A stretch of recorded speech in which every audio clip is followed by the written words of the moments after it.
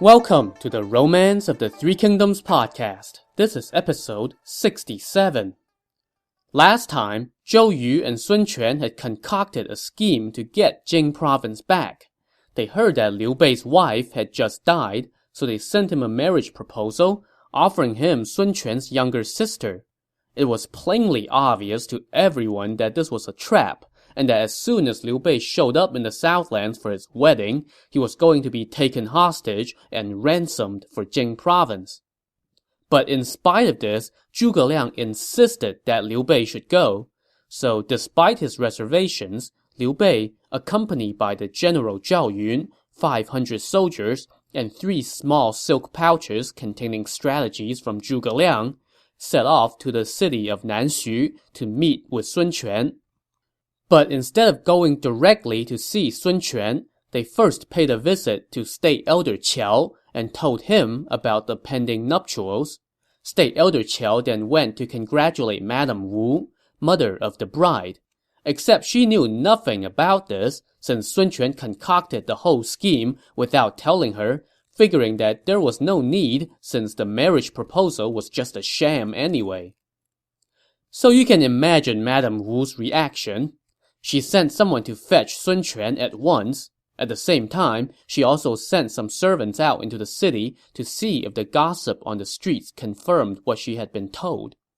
Soon the servants returned from the streets and said, "It's true, your future son-in-law is already resting at the guest house. His 500 soldiers are purchasing pigs, goats, and fruits in the city, making preparations for the wedding. The matchmakers are Lu Fan on the bride's side and Liu Bei's advisor Sun Qian on the groom's side. They are welcoming Liu Bei at the guest house right now." Madame Wu was startled. Momentarily, Sun Quan came in to see her. As soon as she saw him, she beat her chest and wept loudly. "Mother, what is troubling you?" an alarmed Sun Quan asked. "I must be nothing to you. When my sister was dying, what did she tell you?" In case you forgot, Madame Wu's sister was Sun Quan's real mother. Both women married Sun Quan's father, and when Sun Quan's mom was dying, she told him to treat her sister, our current Madame Wu, as if she were his mother. "Mother, if something is bothering you, tell me what it is. There is no need for this," a stunned Sun Quan said. "When sons and daughters are grown, it is only right that they should marry. Thus has been the norm since antiquity. But I am your mother, so matters of marriage should be decided by me. Why did you not tell me that you offer your sister's hand in marriage to Liu Bei? She is my daughter!" Where did you get that idea?" "If you don't want something to be known, don't do it. Every civilian in this city knows about this, except me."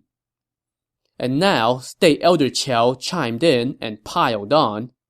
"I have known about it for days, and I came to offer my congratulations to the Queen Mother." Squirming like a little kid who just got busted doing something bad, Sun Quan had no choice but to come clean.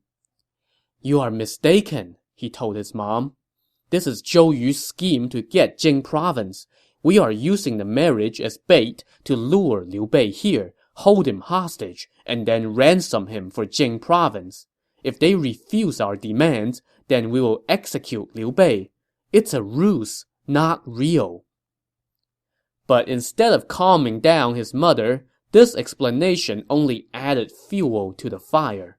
She became even more incensed and now turned her wrath toward Zhou Yu, cursing him out loud. "You are the commander of all of Dongwu, and yet you have no good ideas for acquiring Jing province except to use my daughter as bait? If you kill Liu Bei, then my daughter will become an unwed widow. Who would have her then? This plan would ruin my daughter's life. A fine thing you guys are planning." State Elder Qiao joined in and told Sun Quan, "Even if you do acquire Jing province with this scheme, you would be ridiculed by everyone in the land. How can you do such a thing?" So being browbeaten by his mom and nagged by State Elder Qiao, Sun Quan could say nothing. He simply remained quiet while his mom kept cursing Zhou Yu. After a little while, State Elder Qiao came up with an idea to resolve this situation.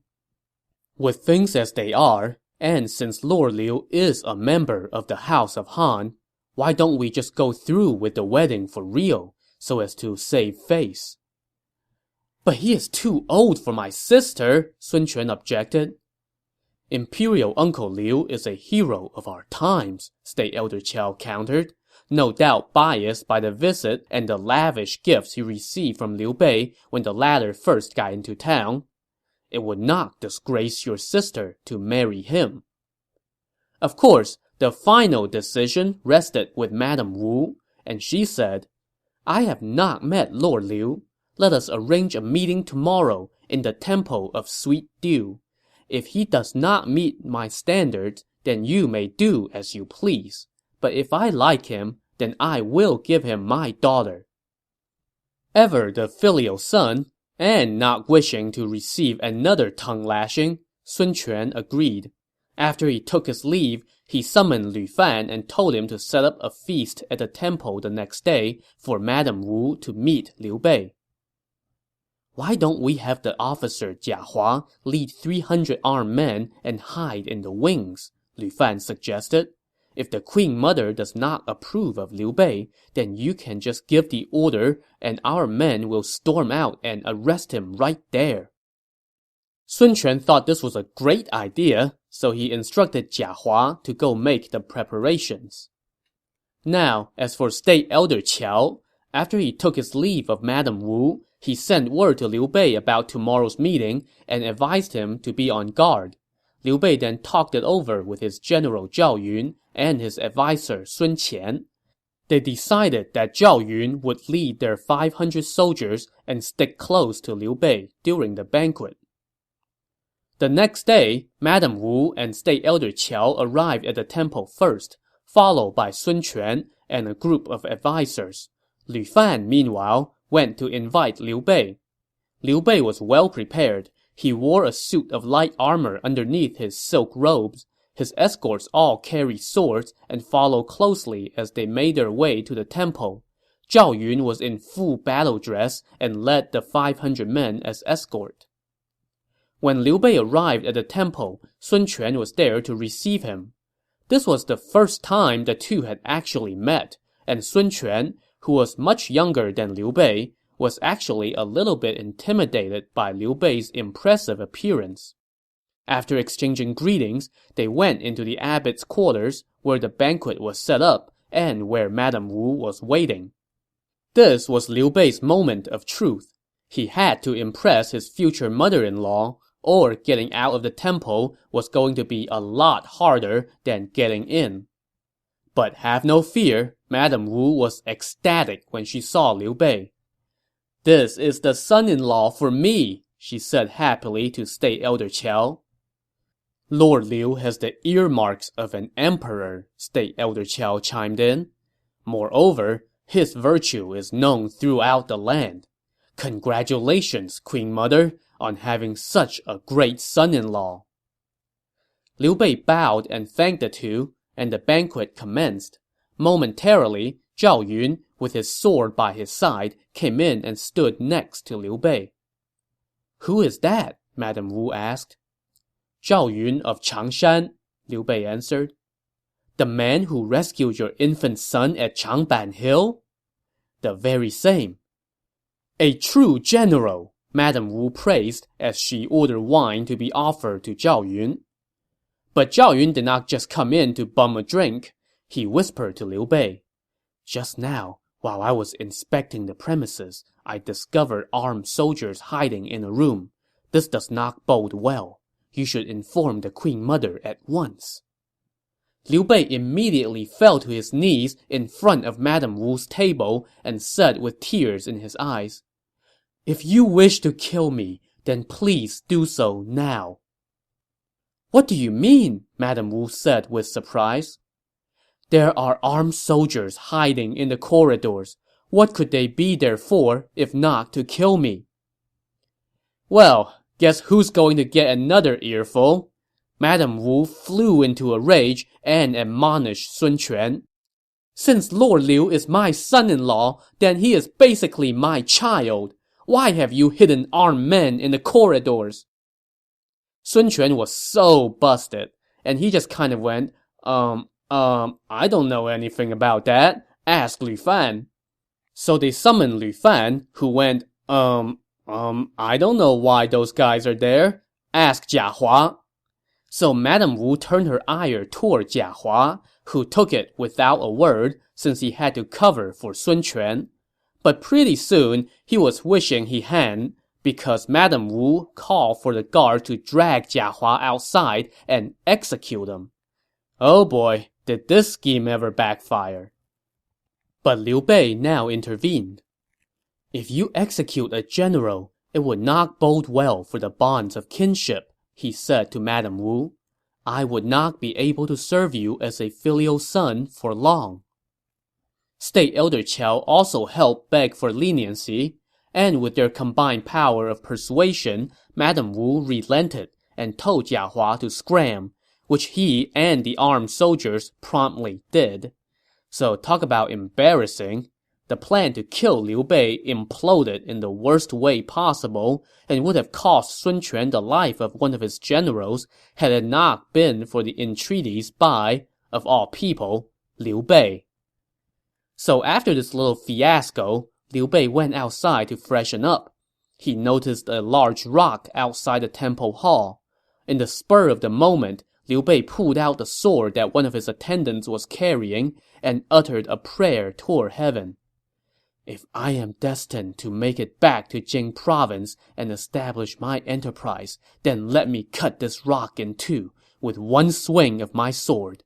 If I am fated to die here, then the rock will not open when my sword strikes. The silent prayer said, Liu Bei brought the sword down on the rock. Sparks flew, and the rock split into two. Sun Quan, who was standing behind Liu Bei just now, witnessed this and asked, Sir, why do you hate this rock so much? I am almost 50, Liu Bei answered, and yet I have not been able to rid the country of its villains.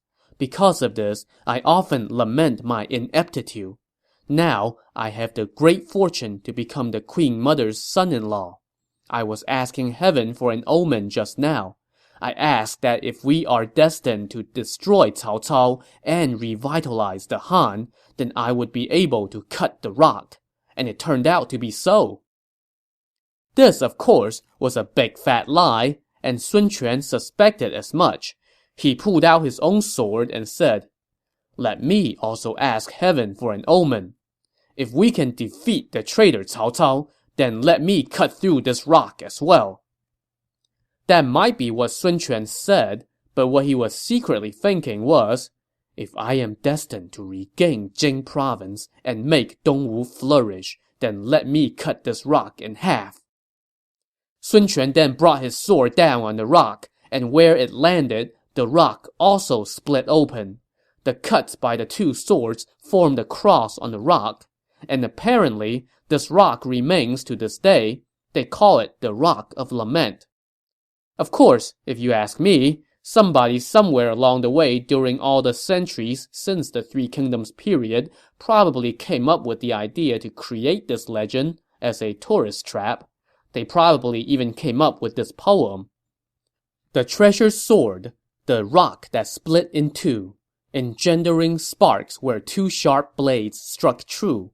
Two houses fortune, heaven here ordained, from this moment, threefold power reigned.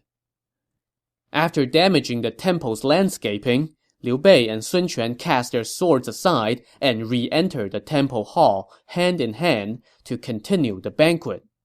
After a few more rounds of wine, Sun Quan flashed Liu Bei a look. Liu Bei caught his meaning and said, I cannot drink any more and must retire for now. So Sun Quan got up to see him out. Freed from the banquet, the two of them walked outside the temple, where they stood and admired the view of the hills and the river. This is the most beautiful scenery in the world, Liu Bei said. And hey, sure enough, to this day, there's a sign at the temple with the phrase, "Most beautiful scenery in the world." Tourist traps, I has them. Liu Bei and Sun Quan looked on as the wind swept across the river. Great waves rolled and foamed, and white breakers snatched at the heavens. Among the breakers, a slip of a boat moved as if it were on flat land. Seeing this, Liu Bei sighed and said, "It's true what they say. Southerners sail, northerners ride." When he heard this, Sun Quan thought to himself, Liu Bei is saying that I am not adept at riding horses. Never one to take a real or perceived slight lying down, Sun Quan told his attendants to bring his horse. He swiftly mounted the steed, galloped down the hillside, and then sped back to the top of the hill, where he smiled and said to Liu Bei, "So, Southerners can't ride, huh?" Liu Bei responded by hopping onto his own horse, riding down the hill, and then back up again as well. The two then sat on their horses atop the hill, swung their whips, and laughed.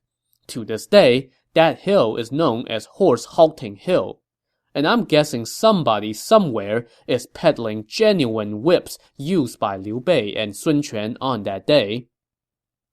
After leaving a sufficient number of tourist attractions around the temple, Liu Bei returned to his guest house, where he discussed his next step with his advisor Sun Qian. Sun Qian told him to keep working State Elder Qiao to get the wedding done as soon as possible, so as to avoid having things take an unexpected turn. So the next day, Liu Bei went to call on State Elder Qiao again. After they greeted each other and shared a cup of tea, Liu Bei said, "Many people in the Southlands want to do me harm. I don't know if I can stay here for long." "Don't worry," State Elder Qiao said. "I will tell the Queen Mother, and she will protect you."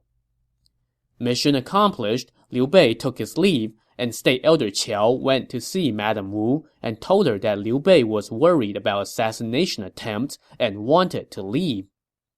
"Who dares to harm my son-in-law?" Madame Wu said angrily. So for Liu Bei's safety, she immediately had him move into the study in her residence while they picked out the date for the wedding.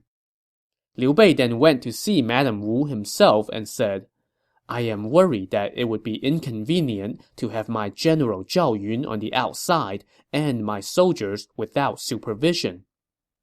Madame Wu simply told him to move all of his entourage into her residence, which was exactly what Liu Bei was hoping for. So now he and his entire party were safe and sound under the Queen Mother's roof. A few days passed, and the wedding was held. It goes without saying that there was a huge party with many guests who made merry until nightfall.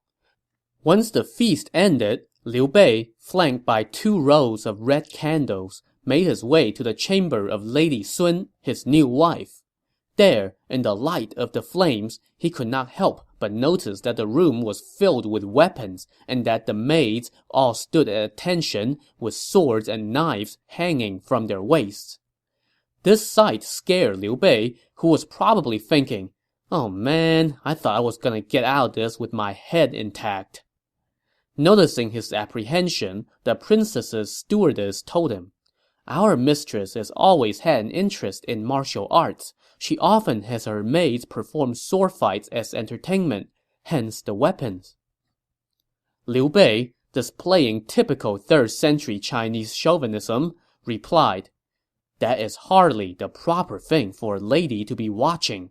It makes me uneasy. Please remove the weapons." So the stewardess told Lady Sun, "The weapons are making your husband uneasy. Let's remove them for now."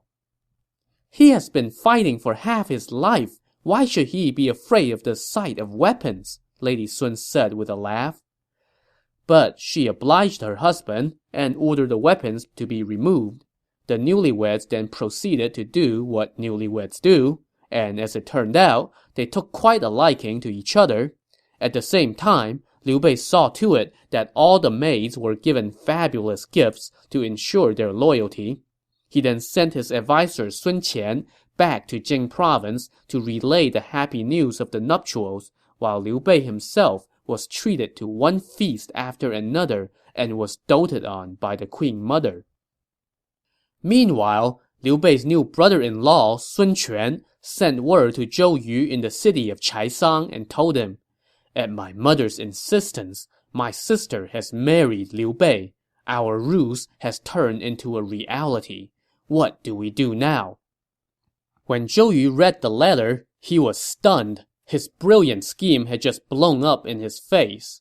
After some restless moments, though, he came up with another scheme, which he relayed to Sun Quan in a letter that said, "I never could have expected that my plan would turn out like this. Since the ruse has become a reality, then let's turn it to our advantage.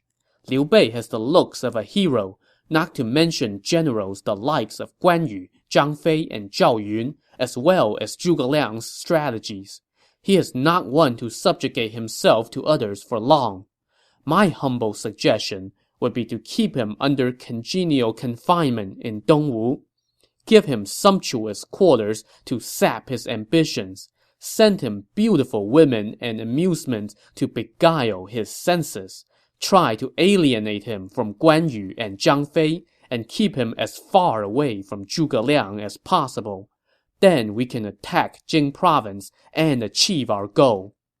But if you let him go free, it would be like letting a dragon loose among the clouds. He would never again be content in a pond. I hope you will consider this carefully." After reading this, Sun Quan showed the letter to his top civil advisor, Zhang Zhao. "Commander Zhou's suggestion matches my thoughts exactly," Zhang Zhao said. "Liu Bei comes from lowly origins. He has been drifting around the land and has never tasted wealth and status. If we give him a luxurious mansion with servants and riches, then he will surely become distant from his brothers and Zhuge Liang, and it is bound to cause division among them. Then we can make a move on Jing province. My lord, you should proceed as Commander Zhou suggests." So Sun Quan immediately ordered that the eastern palace and its garden be renovated for Liu Bei and his new bride, with no expenses spared. He also ordered that the rooms be filled with opulent furnishings, scores of female musicians, and riches and other fancy gifts. Sun Quan's mother thought her son was just doing this out of the kindness of his heart, and she was delighted. As for Liu Bei, just as Zhou Yu had predicted, he was indeed hooked by the high life, and thoughts of Jing province began to slip from his mind entirely. While Liu Bei was enjoying himself, his general Zhao Yun and the 500 soldiers who accompanied him to Dongwu were kind of bored out of their minds. They were living in the outer quarters of the eastern palace, and they did not have much to do, so they just went riding and shooting outside the city every day. Before you know it, the end of the year was approaching. One day, Zhao Yun suddenly remembered. "Master Zhuge gave me 3 silk pouches.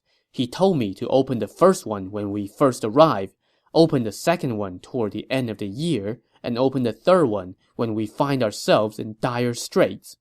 He said that these pouches contain miraculous schemes that can see our lord safely home.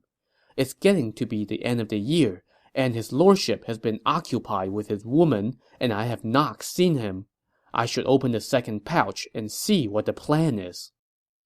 Later that day, Zhao Yun showed up at Liu Bei's mansion and demanded to see him.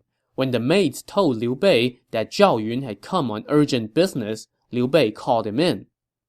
"My lord, dwelling in such splendid chambers, do you still remember Jing province?" Zhao Yun said with a panicked look on his face. "What has made you so panicked?" Liu Bei asked. "This morning, Master Zhuge sent word that Cao Cao has mobilized 500,000 troops and is marching on Jing province to avenge his defeat. The situation is dire, and your lordship must return at once." I need to discuss this with my wife first." "If you do that, she would not let you go. Why don't we keep this from her and leave tonight? If we delay, everything will be lost. You may go for now. I will proceed as I see fit. Zhao Yun pressed Liu Bei some more before reluctantly taking his leave. Liu Bei then went to see his wife. When he saw her, he could not help but tear up. "My husband, what is troubling you?" Lady Sun asked. "I have spent my whole life drifting to and fro. When my parents were alive, I could not tend to them, and now that they are dead, I cannot offer sacrifices at their graves. That is terribly unfilial. The approaching New Year reminded me of this. That is why I am unhappy." "Stop lying to me," Lady Sun said. "I heard everything. Just now, Zhao Yun reported that the situation in Jing province is dire. You want to go home, hence this excuse." Busted, Liu Bei now kneeled and said, "My wife, since you already know, then I dare not keep it from you any longer. If I do not leave and Jing province is lost, then I would become an object of ridicule. But if I do leave, how can I bear to leave you behind? That is what is bothering me. Since I am your wife, wherever you go, I should follow." "That may be your intent, but would the Queen Mother and Lord Sun allow you to go? If you take pity on me, then let me take my leave of you, just temporarily." At that, Liu Bei turned on the tears. "Husband, do not let this trouble you," Lady Sun consoled him. "I will go beg my mother. She will no doubt allow me to go with you." "But even if the Queen Mother permits it, Lord Sun would not." After thinking it over for a moment, Lady Sun said, "When we go to pay our respects to my mother on New Year's Day, we can say that we are going to offer sacrifices on the bank of the river. Then we can leave without telling my brother. What do you think?" "If you can do that for me, I would never forget it," Liu Bei said as he kneeled again. "Do not let this leak out." After settling on this plan with his wife, Liu Bei sent word to Zhao Yun that on New Year's Day, he was to lead his soldiers out of the city first and wait along the main road for Liu Bei and Lady Sun. So, on Chinese New Year's Day in the year 210, Sun Quan assembled his staff in the Great Hall for a big party. While that was going on, Liu Bei and Lady Sun went to pay their respects to Madame Wu. "My husband has been feeling sad in recent days because he's been thinking of his parents' distant graves," Lady Sun told her mother. "We would like to go to the bank of the river today and offer sacrifices to them, but I wanted to inform you first." "That is a filial act, so of course I will allow it," Madame Wu said. "Even though you have never met your in-laws, you should go with your husband to offer sacrifices, as befitting a daughter-in-law." So, with her mother's blessings, Lady Sun and Liu Bei bowed and took their leave. Keeping Sun Quan in the dark, they headed out of the city. Lady Sun rode in a carriage, while Liu Bei rode on a horse. They only took whatever they could carry with them, along with a few riders. Outside the city, they met up with Zhao Yun and his soldiers, and they set off toward Jing province. To see if their getaway is successful, tune in to the next episode of the Romance of the Three Kingdoms podcast. Thanks for listening.